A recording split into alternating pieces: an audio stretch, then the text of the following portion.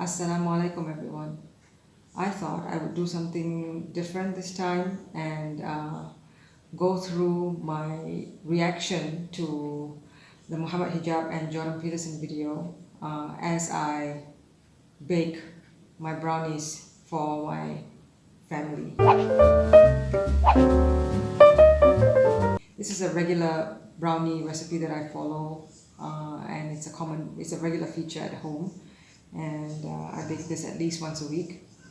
And you start off with a stick of butter and 227 grams of chocolate chips. You melt it, okay, you place them in hot water, melt it, and then it should be of this consistency. And then you start to add the sugars, 50 grams of white sugar and 150 grams of brown sugar. Mix it well. While I'm doing this, I thought I would just add my 2 cents on Muhammad Hijab and Jordan Peterson's exchange that happened recently. And here we go. So you mix it really, really well. So it should look like this. And you should have a consistency like this. It's really, really easy.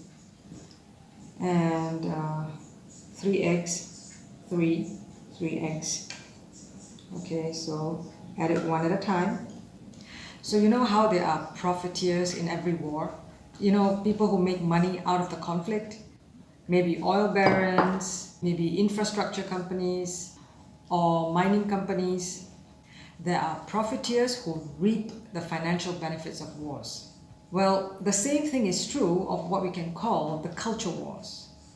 There are profiteers in that war too. Some people have gotten very, very rich off of the culture war in the West. And Jordan Peterson is one of them. Peterson has become a millionaire in the last 5 years off of being able to intellectually articulate what are essentially Christian fundamentalist libertarian right-wing positions. He went from college professor, clinician, to multi-million-dollar brand. He operates within a network of right-wing public intellectuals and pundits, affiliated with people like the Koch brothers and Dennis Prager and the super-rich financiers of PragerU. You can call this a loosely knit group of right-wing culture warriors. Peterson is like their Henry Kissinger. So it is really important to bear in mind that Peterson operates within an agenda based on the consensus of this group. We have to remember that when we are reacting to him talking to Muhammad Hijab.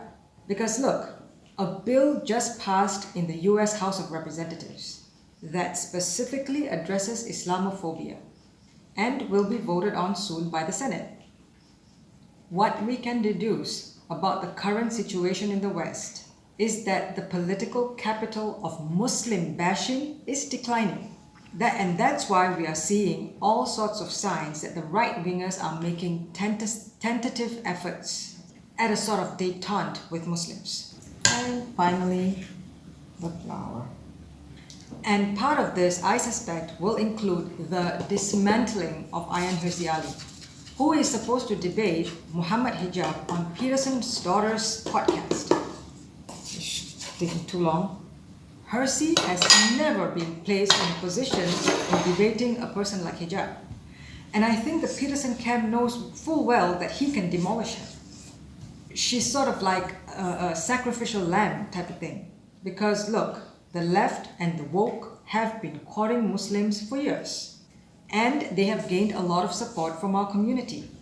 I think that the right wing may be really starting to see that it is strategically wise to have some sort of rapprochement with the Muslim world.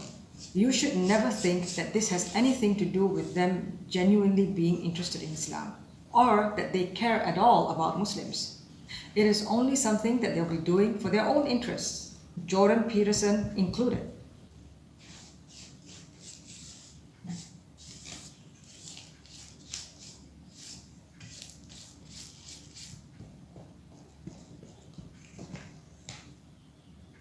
nice and fudgy. And finally, place it inside.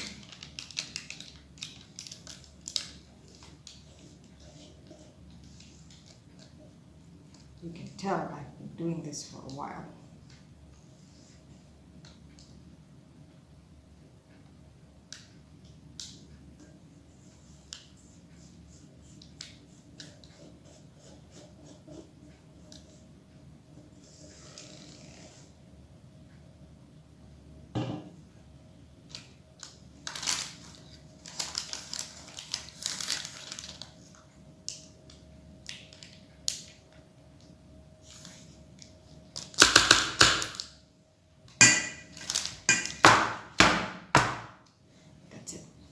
And this is how the brownie looks when it's done.